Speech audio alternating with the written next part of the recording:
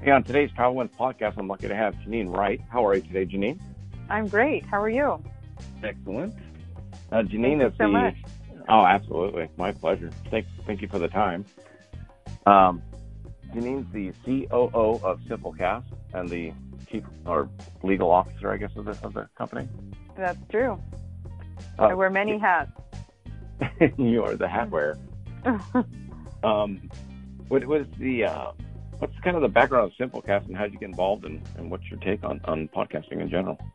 Yeah, well, Simplecast is the easiest way to get your podcasts online. So for podcaster creators out there who want to find and share their voice and they want to engage with the community and grow their audience and they really want to get the analytics that they need to understand their audience, that's why they pick a company like Simplecast. And I got involved in Simplecast actually a number of years ago. I was Simplecast's first investor. And I, since then, have been involved with the company from the outside, but it wasn't until the middle of last year where I came to join the company full-time as our COO and CLO. And it's a really, really exciting time to be in the podcasting space because, I mean, as you know, and starting this podcast and growing your own audience, a lot of people really getting into podcasting and audio is having this beautiful renaissance. And we're starting to see a lot of different creators experiment with podcasting in new and fun ways. And a lot of different big players in the space like Google and Apple and Spotify and others really investing a lot of time and resources into growing this new audio medium. So it's a fun time to be in this space. And how long has podcasting been around? You know, podcasting has been around for a long time. I mean, you hear people who were podcasting in the early 2000s, but it wasn't until recently, and really, I think 2014, 2015 is around like the tipping point when podcasting really started to take off and become a thing. And a lot of people credit that to a show like Serial and others that really drove a lot of people to the content. But I think it's probably more, we call it the audio hardware revolution. So the fact that so many more devices are going screenless, like being able to seamlessly listen to audio in your car and in your home on smart speakers, and really the fact that some major kind of internet infrastructure changes happened so that now primarily on LTE, people can stream audio instead of having to download audio. Yeah. And then we've seen like the big players in the space, like Google, just a couple of weeks ago announcing that they're including podcast in search and really helping on the discoverability side, and more and more creators kind of getting in the space and doing new and different and cool things with audio. And people keep asking me, it's funny because people keep asking this question like, oh, do we have too many podcasts? And I always think like, oh, well, do we have too much music? You know, it's like, it's just like a different pool of medium that artists and creators can do lots of different things with. And we really don't even know yet what podcasting is or what it will be. So I think it's going to be fun to watch. You know, and I think that the potential, we're not even close to the potential. And I say that from my standpoint, when I tell people, you know, that I have a podcast show, literally half of them go, what's a podcast? Yeah. And I'm like, what? And I'm like, okay. And, you know, and I think back a few years ago, and I didn't know what a podcast was. And so literally, let me see, it was 2 days ago. I'm in Denver with a coworker, and she's like, oh, so what do you, I don't understand, what do you do? And I go, I talk to people, and then it goes out like on a free radio station. And they're like, I go, let me see your phone. I go, have you ever seen that button? She goes, yeah, I never knew what that was. It was the pink, you know, podcast button. So I press it, and I go, okay, now hit search, and you know, and hit the Travel Wins. I go, well, type in somebody's name, type in a type of show you want, type in a genre, you know, mystery or whatever. And she's like, oh my God, this is kind of cool. Yeah. And I'm like, well, so millions of people are discovering podcasts every year, certainly, and internationally growing really quickly. And then, you know, Google is going to make podcasting native on the Android. So people won't even have to go to an app like Apple.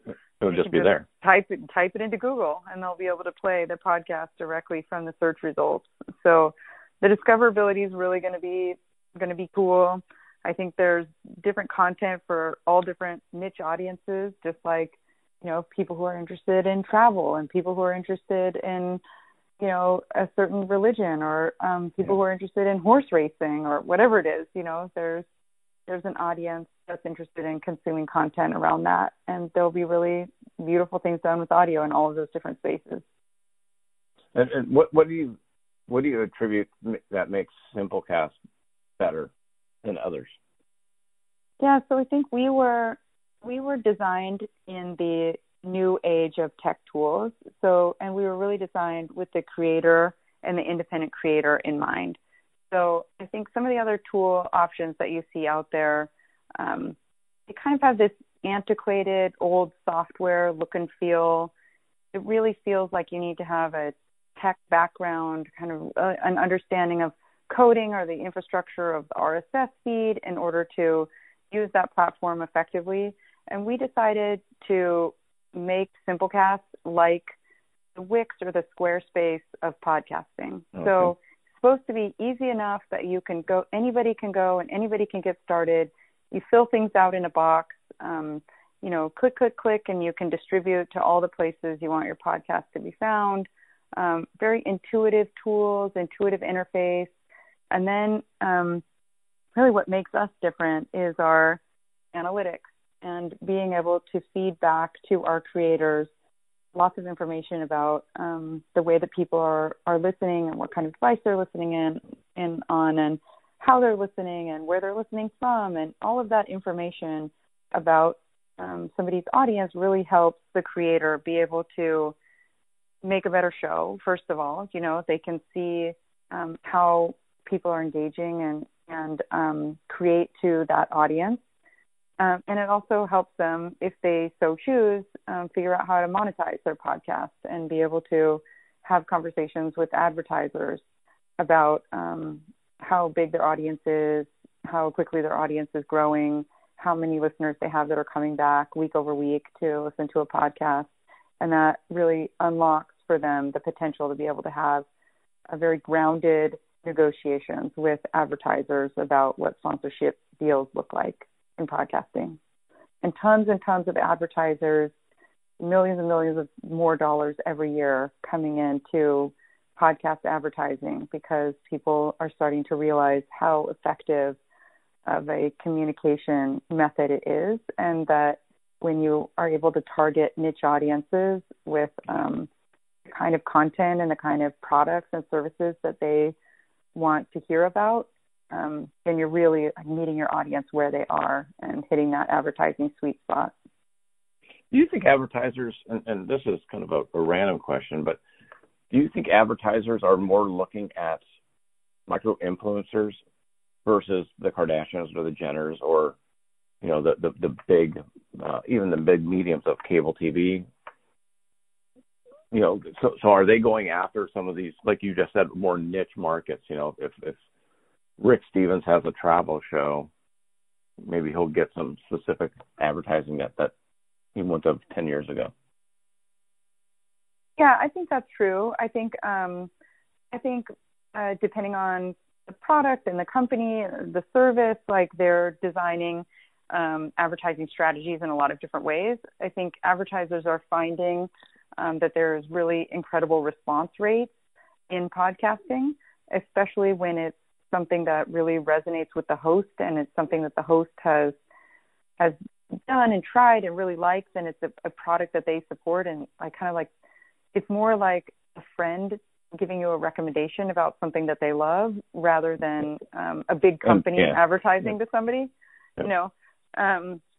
And so I think advertisers are finding that that's really effective. And I think they're also finding that, you know, it used to be in TV or movies or billboards or buses or whatever it was. I mean, you're just advertising to a huge audience and hoping to find the right people who would be interested in your product and the right time for them to buy. And I think what people are finding in podcasting is that even if it's a much smaller audience, the pricing can be better because you're connecting with the right people that you want to connect with, the people who are really going to be interested in your products and services, and usually closer to the right time in the buy cycle, because the host typically knows their audience and knows really what resonates with their audience and when. I think it's going to be exciting to see how it continues to grow and what people do with the space. And I think we'll start to see lots of creative advertising type arrangements, whether it's sponsored content, like,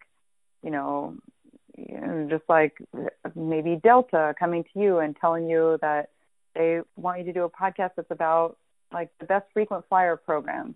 Right. And, or so they sponsor the entire show, or whether they come to you and maybe make an arrangement where you do a host read ad, or you advertise their mileage program, or, whatever it is, or, maybe they just want something. Help honors. Yeah. Yeah, exactly. That's interesting, or maybe you go to them with a different proposal of, how about I do this whole series that's about, your hyper mileage travelers.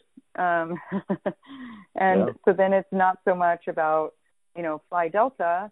It's really interesting stories about the brand and about people who love the brand.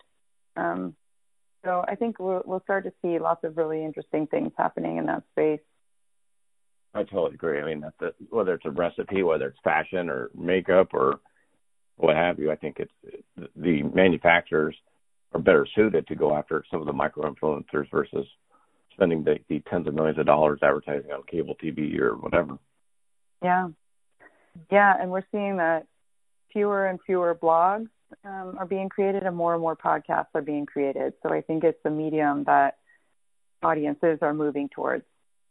And it's one that they don't have to be in front of a screen to really enjoy. And I think, more and more now I go to conferences and events where I see people who have one earbud in their ear and they're walking around streaming audio the entire time. They're consuming massive and massive amounts of audio.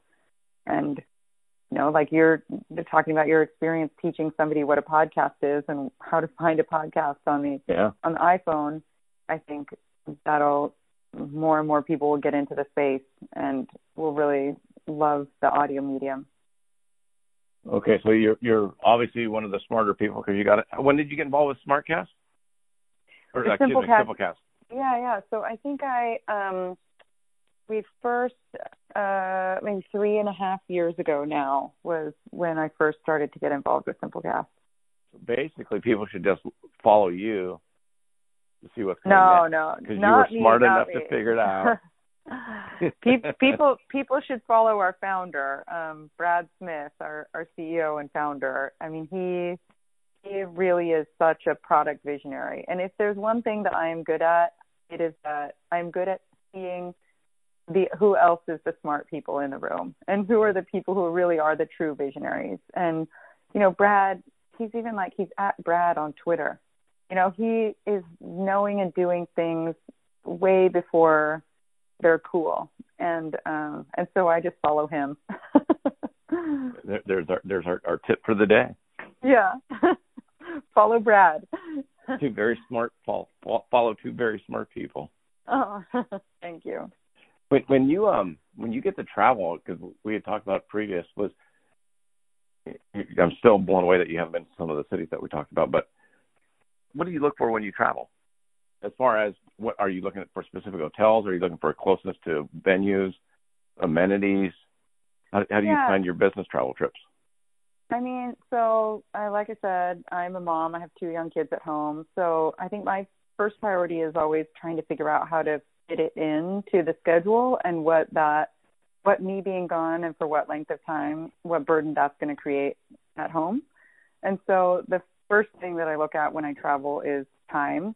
I have particular airlines that I like more than others, but for the most part, it is like, when can I leave after dropping my kids off at school, and how can I be back in time for important family things at home, like baseball games and things like that. So for me, the first consideration for business travel especially is just figuring out the timing.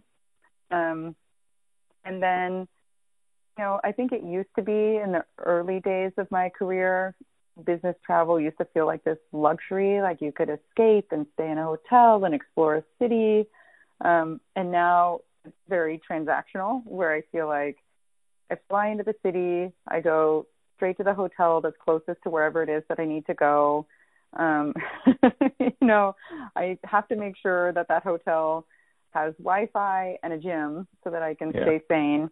And, it's like everything is planned around how can I pack in as much as possible into this trip so that I can make it incredibly efficient and reasonably priced for my company, and so that I can, get home to meet my family obligations as well. So I think we talked about earlier, I fly to New York very often. I fly to San Francisco, and usually when I go to San Francisco, I try and just go for the day or for one night. And then I have other conferences and events that take me places throughout the country, usually in the big city places throughout the country. And I luckily now do a lot less international travel than I used to do. In previous jobs, I had to do quite a bit of international travel, and those trips can be really hard, and especially trying to fit the family in around those trips.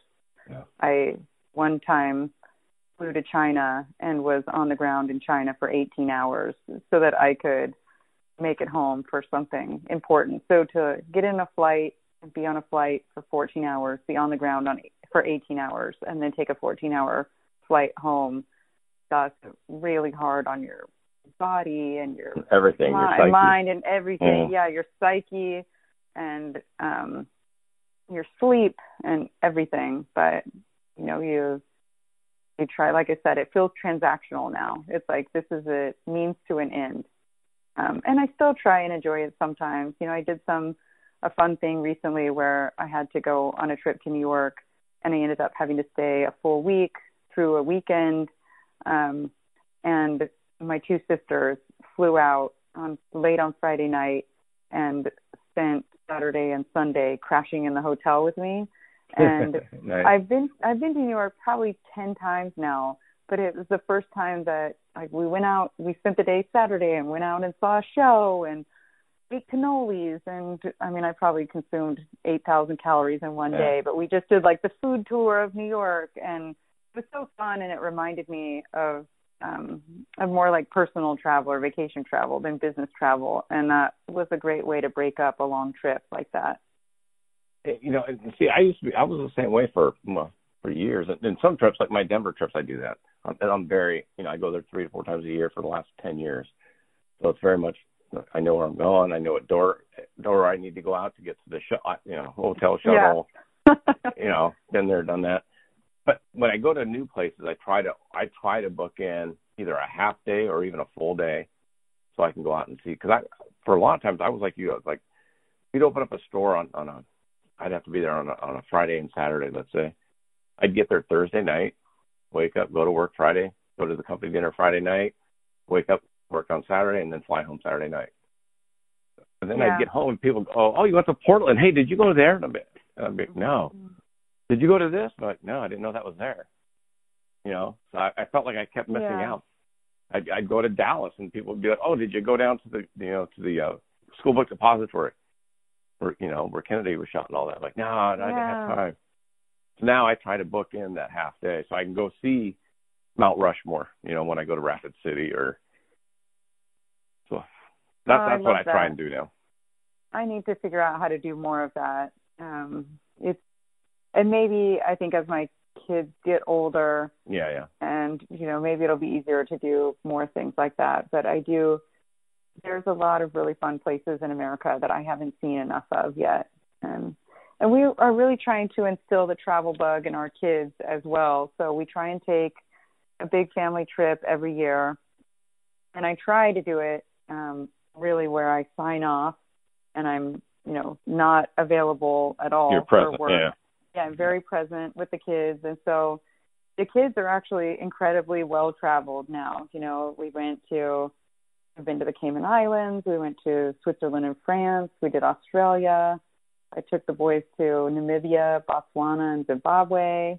And then last year we did 2 weeks in Cambodia. And so we just, we really try and blow their little minds with like culture shock when we go to these different places. And that's where I feel like I feel that joy of travel again on those trips. I hear you.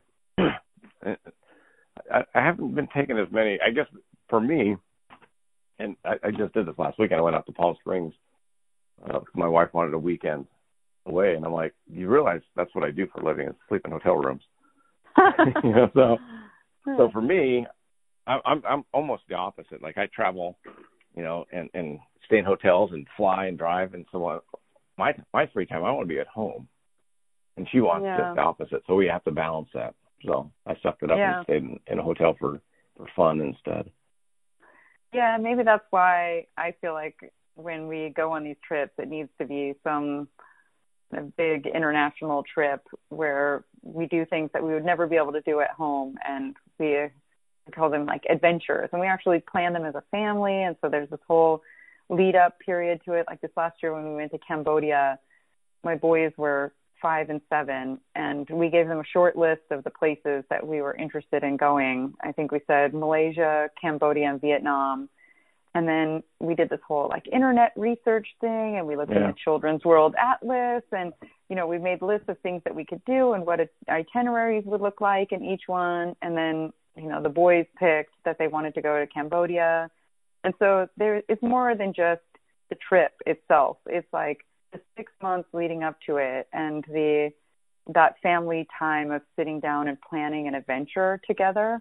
It just is so much bonding and education and family closeness. And then when you really go and do this thing together, there's so much excitement around it.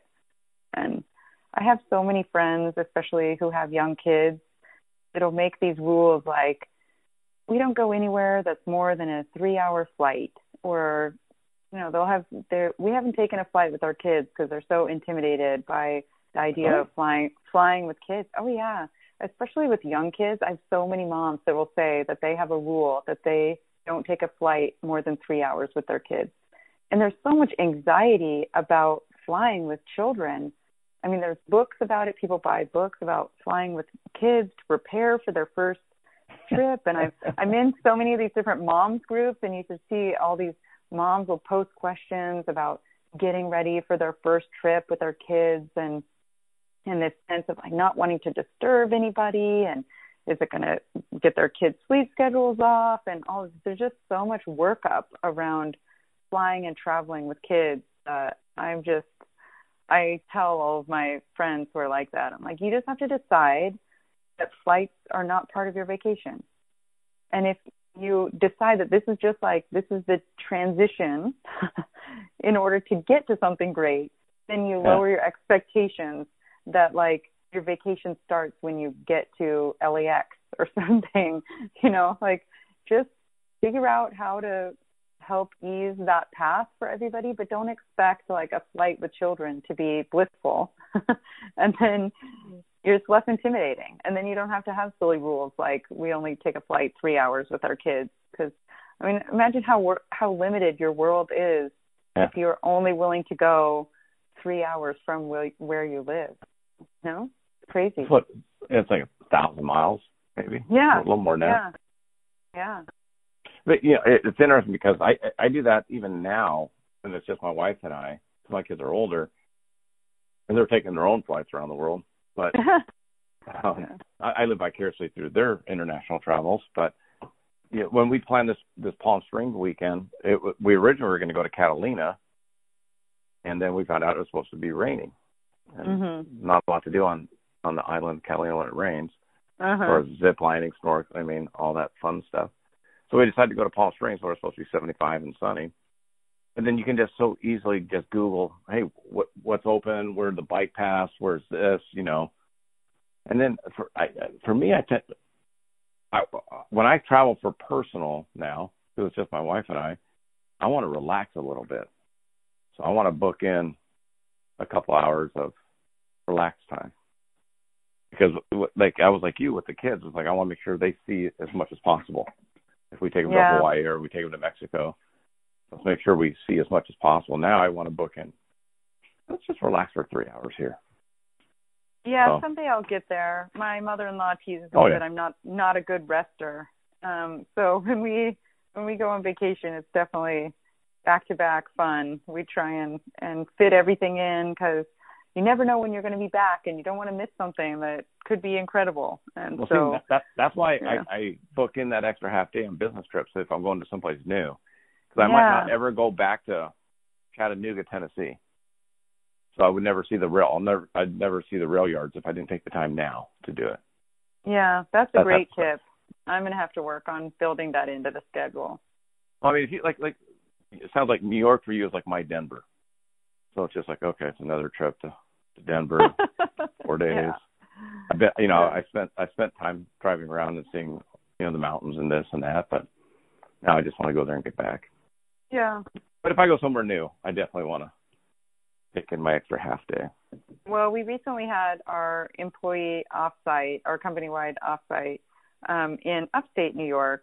We have an interesting team in that our team is totally distributed. So we have folks who are from all over the country, and once a year we try and all get together in real life so that we can actually see and get to know each other. And we went to upstate New York a couple of weeks ago. It was the first time I'd ever been to upstate New York. We flew into Albany, and it was really fun. There's so much history there. A very different concept of what is old. Like here in California, if something's from the 1950s or it's like designed in the Art Deco style, we slap a historic landmark on it, But when we went to this little town called Kingston in upstate New York, and they had, I guess it's the oldest four corners in America, and they had stones on each of the corners that were from the 1700s. And I'm just like, that blows your mind when you think about that early American history and what people were doing in that part of the country at that time. And, we were, it was like the home of Uncle Sam. And then we drove past the real life Sleepy Hollow. I didn't even realize that was a real place. So you just thought it was made up. I thought it was a story. But I did the same thing when I went to Virginia. I went to Winston-Salem, North Carolina. I flew into Charlotte, South Carolina. Drove up. We finished early on the project we were working on. I'm like, well, let me go up into Virginia, maybe in West Virginia. Never been there, and I was on the western side. Yeah.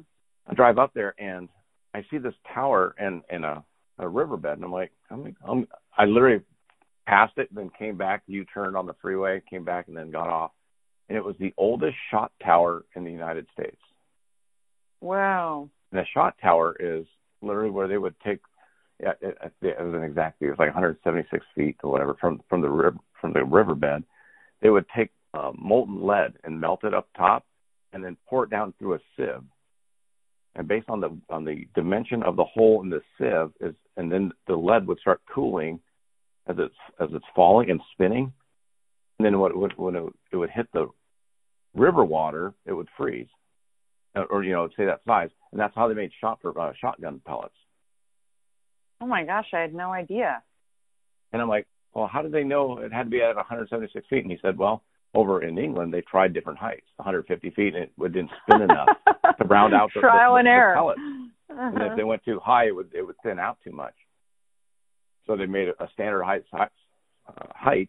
And then started making the shot sieves, with different diameters of holes in these sieves, and they'd just pour it down to this big hole down it. It was crazy. There was nothing else in this tower. That's interesting. I would love to spend more time in the South. I feel like that's a part of the U.S. that I haven't seen much, and that I know is just rich with a lot of our American history, and I haven't spent much time there. I've been to New Orleans, and I've been to Florida. And I've been in and out of the Atlanta airport many, many times. That doesn't count. Hartwell. That yeah. doesn't count. That doesn't count. And I was born in Oklahoma, so I've been to Texas and Oklahoma a number of times, but that doesn't really count as the South. No. You know, so I feel like I need Not to them, it doesn't. Yeah, I definitely need to go spend some time in the real South and get some exposure there. I have a friend who's moving to New Orleans, and I wonder if I could go use that as a home base for a couple of week road trip around there or something. Yeah, just kind of spoke out from there. Yeah. Yeah, just so you know, like I have a friend that's in my industry, and which is Western clothing. So you would think, oh, we're all in the same family. He goes, he's from Knoxville, Tennessee, and he goes, he's almost considered too north to be able to sell to southern states.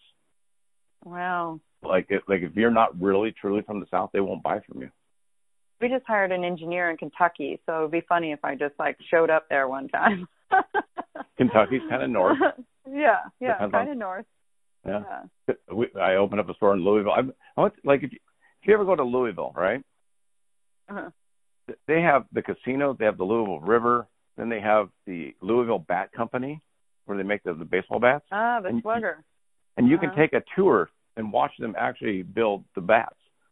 And they walk you right through the production floor.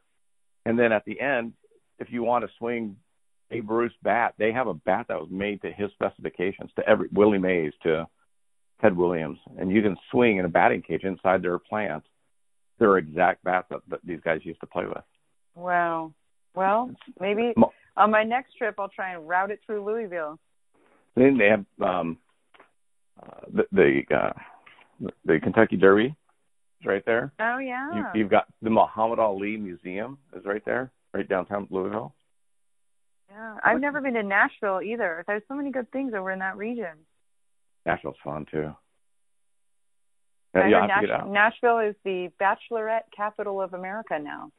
Oh, is it really? Yeah, maybe I'm just too old. No comment. I know. Or I need friends who are going to start going through their second marriages. Jeez. Nashville's a fun town, though. Yeah. Nashville can be a lot of fun. And it still kind of has that hometown feeling. It's not like San Francisco's a big city, like, obviously L.A., Chicago. Even we were talking about Dallas, you've never been there, but it's so flat and spread out. Yeah. It's just a huge metropolitan area. So, but Nashville seems like, you'd be outside Nashville in 20 minutes. Like, outside Nashville means there's nothing. Like you're in forest. Yeah. Kind of cool. What do you look for? What do you as far as business travel, are there airlines that you like specifically, or do you? A lot of people I talk to go, I fly United because I have my United airline miles. I fly Southwest because I have my Southwest miles. Do you do that, or is it all company based? I don't play the miles game as much as I know a number of other people do. I fly. My preference is definitely Delta. It's easier. I live very close to LAX, so we kind of know that terminal, and it's easy to get in and out. I also, these are silly little things that maybe only business travelers care about, but I prefer their drink selections. I prefer that I can, watch, if I want to zone out and watch a movie, I can watch it on the TV in the back of the seat versus on my phone, all these little silly things. I think if I have a choice, if the timing works out and the price works out, then my choice is to fly Delta. So you go to Delta first, and then? I go to Delta first, yeah. Okay.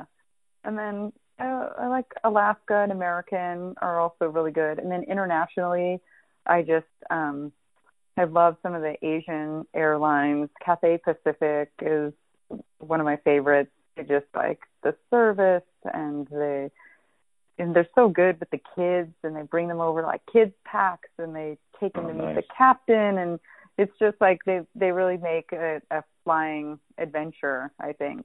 So. Have you been on the Airbus 380, the big one? Yeah, only once. How is that? Is that just, does it seem like a normal plane when you're inside of it? Or is yes, it just, or do you go, this is a big effing plane? It definitely feels like there's a lot of people. You can tell that there's a lot of people around. But they've kind of broken it up into different compartments so it doesn't necessarily feel like just a mass. Like it doesn't feel like you're on a bus. Yeah. Like a big double. But yeah, it's nice. But boy, you can feel it when you're taking off and when you're landing. It feels like you're on a big piece of machinery. I see, I fly out and I see that thing come in and it looks like it's going half speed. Because it's so big compared to the other ones, it doesn't look like it's going as fast as a regular plane. Yeah. And then takeoff's the same way. It just looks like it's just going. I followed one out a couple of months ago out of LAX, and it's like, that's a big plane. We were sitting in the little Southwest plane. I was wondering, it's like, what the pilots are thinking that are following that thing, going, that's a plane. Yeah. Yeah, and it's funny to live, I don't know how close you live to the airport, but I live in Westchester, which is very close to LAX. You're really close. I'm really close. Yeah, the heart of LAX, or people who live around here know it as the home of that In-N-Out just north of LAX, which I think is like the most popular In-N-Out in America. I was going to say, that's world famous. Yeah, it is famous. And it's funny to be in an LAX community. So, we have a couple of houses in the neighborhood that are rented out by either the airlines or groups of pilots and other people who work for the airlines get together and they rent it out so that they can actually have a home base instead of staying in a hotel if this is going to be a hub airport for them. And then there's lots of talk in the community about LAX airport expansion and noise ordinances and, the community relations that happens between LAX and the surrounding communities, and then all of the development that's happening here at LAX with the people movers and with the metro straight to LAX plans.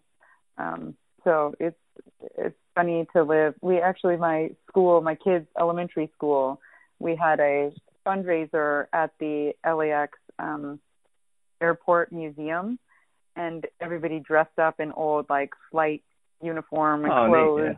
Neat, and we were right there next to the runway, and so it's fun to kind of be part of the airport community. You're part of LAWA. Yeah.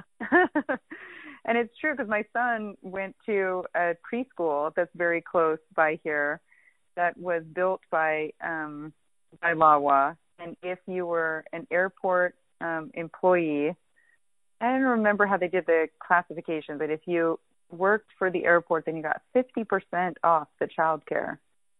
So that's not bad. It's like I try and show people when they come in town, which is, I guess, technically part of Inglewood, or maybe it's LA City property, but all the properties that leads up to the runways that the city had to buy back because of the noise pollution and everything. And now they're just, you can drive, I don't think you can drive through them anymore. They've gated them up, but all the old communities where there used to be homes, you still see the streets. They use that in movies a lot now. They film in areas when they want it to look like an apocalypse or, a bomb got dropped. And so, because it's interesting, you go over there and there's driveways and sidewalks and street lamps, but all the houses are gone.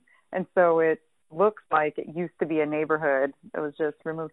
And then, over on the other side of the airport the same way. Is where they were eminent domaining and buying out all of that property to build the remote car rental facility. And so they're almost done purchasing up all of that property and building out that remote car rental facility. And in the meantime, it was weird because here you're in LA where the housing prices are so expensive. And then you would drive over there and they'd be these big blocks in the middle of the city that had nothing on them. They were just vacant. And even on the Dockweiler side, I don't know if you've ever been over when you go from Marina Del Rey down to Manhattan Beach. Uh-huh. You can look up and see streets there too, the old streets. Yeah. So, and imagine the value of that property. It's crazy. Well, imagine the noise. Yeah. it's a trade-off. Yeah. And people would live there in a minute if they could get it cheaper than other places because it's so close to West LA and Hollywood. So close to the beach. And then really, the way that I have so many people who live in our neighborhood are much closer to the airport even than we are. And what they can do with like the sound controlled windows and the soundproofing in houses now, I mean, and you really do get used to it. We spend quite a bit of time in our backyard and we never even notice the planes anymore. The only time I ever notice the planes is when it's raining and they take off the other direction. Opposite, So instead of going out over the ocean, they come back over the houses. Then I can hear it a little bit more, but you're not out enjoying your backyard when it's raining. Orange County is the same way. Yeah. Have you ever flown out of Orange County? Yeah. They have the noise abatement for Newport Beach. Yeah. So you take a really steep incline and then they shut the power down. And it's just like, whoa. I didn't realize that's why they did that. Yeah. Yeah, it's a noise abatement for the city. Wow. John Wayne used to be a much smaller airport. Like you would have to go out on the tarmac and walk up like at Long Beach. Yeah. And then when they made it into the big monstrous one that it is now, comparatively, a lot bigger planes would come in. Yeah. And so they had to do the noise abatement because people in Newport Beach were not going to stand for that. Spend $5 million on a house and listen to the planes take off all day long. The NIMBYism. Yep. With it's kind of interesting because I look at technology as making the world smaller. I mean, I can FaceTime my daughter when she was doing summer school, college classes in London, and now you can FaceTime your kids. Yeah. And so, I'm traveling, but I have the technology I have now makes it easier, and I can change flights. I can do a whole bunch of things just from my phone that were unbelievable. That's true. 10 years ago. I love being able to get your electronic ticket. I mean, it used to be the case where I remember being in a hotel and trying to find the hotel office center to go in and print out my boarding pass, or that I didn't have to get to the airport early and wait in a line just to print it out. But now downloading it onto your phone, and then of course, like you said, being able to FaceTime with my kids at night before bed and read them a story or have them show me the thing that they built in school today. That's right. Or, my 5-year-old to show me every single one of his Pokemon cards, it feels like.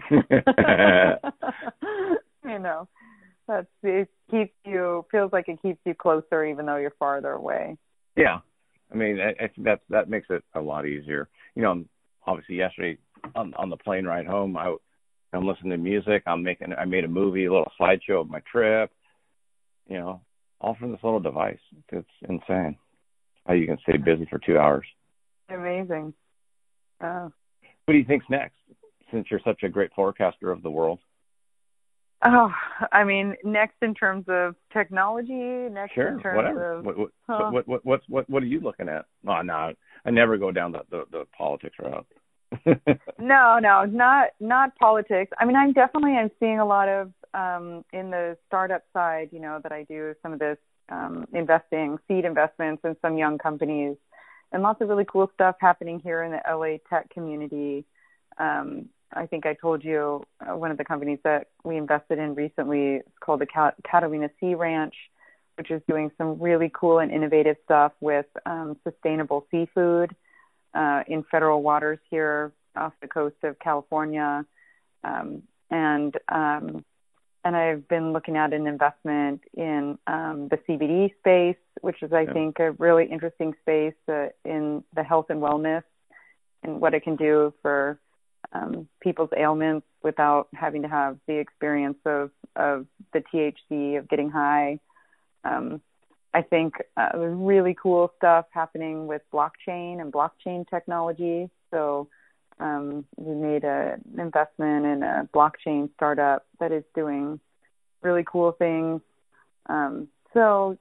I think there's lots of stuff that's going to be happening with virtual reality and artificial intelligence. This other company here that we've been helping out is doing virtual reality shopping experiences so that you can, like you said, from the power of your phone, you can take a picture of your living room and then design every piece that you want to go into your living room and swap out couches or whatever, so that you can see actually how it would look before you ever push that buy button. And that is so crazy. Yeah. Because I did where was that? I think I was at Best Buy, and they had a VR set up there, and it was for games, but they had other things for it, and I'd never really done the full immersion one. I was blown away. Like, he had us walking down hallways and dinosaurs walking over us, and like just the idea that you could completely turn around and see everything up, down. You know what I did the other day that blew my mind is I went to this advocacy event that was talking about basically like using technology for advocacy and change movements. And the VR experience that they had there was total immersion in solitary confinement cells. Ooh.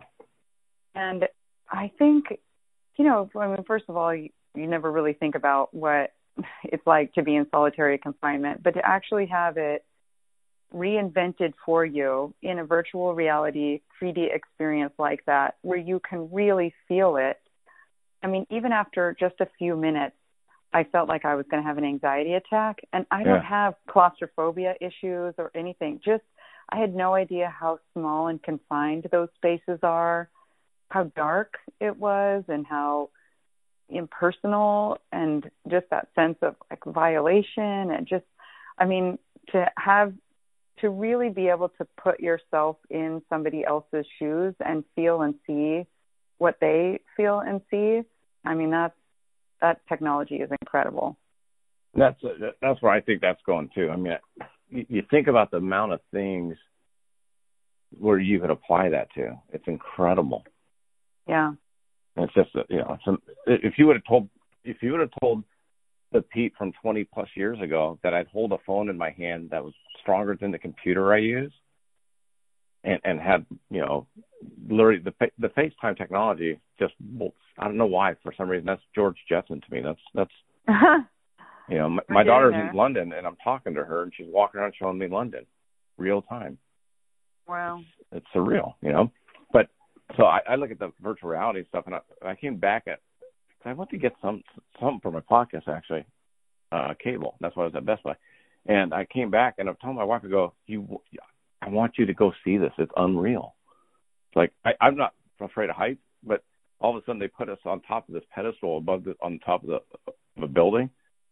And I'm looking down going, I feel like I'm on top of a building. I'm like, holy shit. Like, several hundred feet up in the air. Yeah. So, wow. Where do they go with that next? Who knows? I know. I think it's going to be, there's a lot of really smart people out there that are on the cutting edge of that technology that are going to figure out the next cool thing. I'm just going to stay in touch with you. you got the podcasting, the Sea Ranch, the CBD, because I agree with you on all that stuff. Yeah. It's quite a diversity, an interesting diversity of things.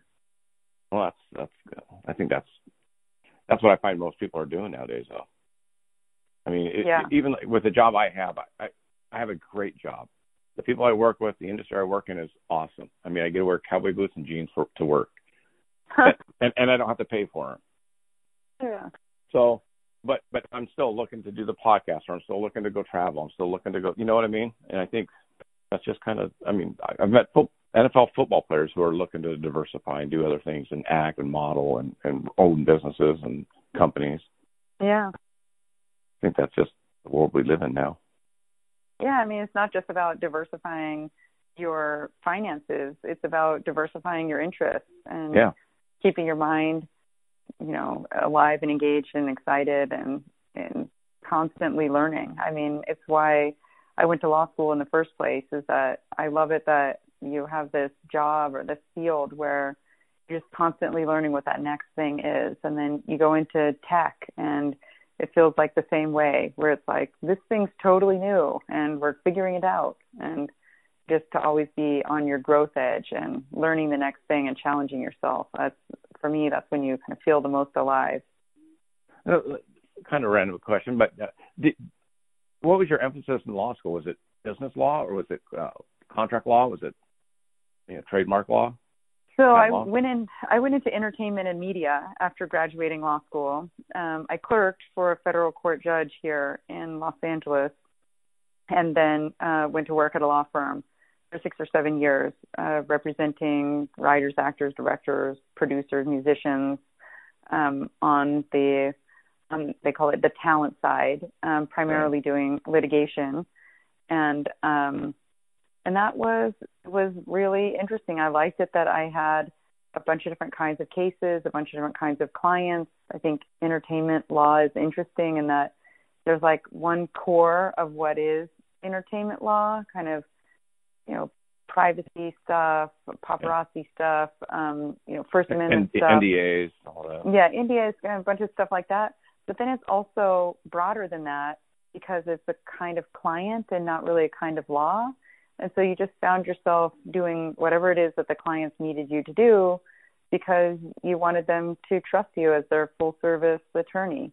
And so you got to dabble in a bunch of different areas of the law and work on a bunch of different kinds of projects and cases and for different people.